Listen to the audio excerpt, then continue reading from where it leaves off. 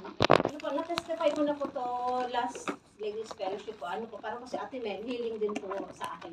Healing din po at then thankful din po kasi parang connect na po yung kasi January 10, na ano po yun, nag-visit po sila Pastor Peter po sa bahay. So, pauwi ko lang din po nun from Saudi.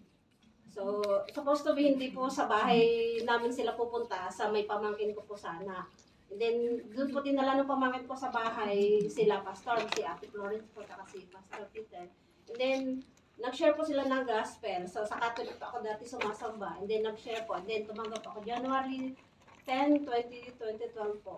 Yun. And then, kasi po nung Dubai time, ano po ba?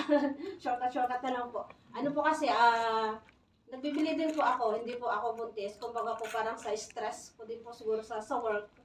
Tsaka po sa lagi pong puyat. And then, umuwi po ako ng 2015, na-biopsy po ako. Kumbaga, na-DNC po ako. Hindi lang po general na operation. Kinayod lang po yung, kasi kumapal po yung, yung lining ng matres sa, yung pong, result po ng biopsy sa endometrial polyps po, na masyado pong makapal yung lining, so continuous po yung bleeding siya. And then, from 2015 up to now po, so how many years na din po na, ay proud po na sinasabi ko po, lagi pong sinasabi na endometrial polyps survivor po, dahil yung pong iba talaga, hindi po nakakayanan kasi iba po mga kaibigan din na gano'n din po. And then, thankful din po na sa ano po na yung buhay ko din po nagagamit din po sa ministry. And then hindi man po sa Pinas din po hindi man po gano'ng kalaki yung pagsusupport, pero sinesettle ko rin po na makasupport po sa mga ministry po. Nag-i-impart po din po ako doon. Na every month po talagang sinesettle ko po yung sa bago ko po yun po yung para sa akin, naka-budget na po lahat yung para po sa ministry sa Nueva Ecija.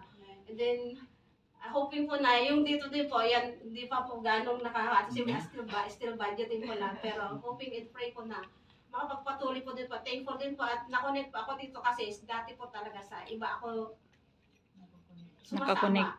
Minsan nakakayag pa rin po ako, pero pag na lang po, pag meet up na lang po sa hapon. Pero ang pinapriority ko po yung makatanong po dito kasi Amen. Yung dapat kong sundan yung nito nga po. Hoping and pray po na patuloy pa rin po na gamitin po yung buhay ko sa makapag-invite din po dito ng mga kaibigan, makarinig po, masave din po sila. Amen. Amen. Amen.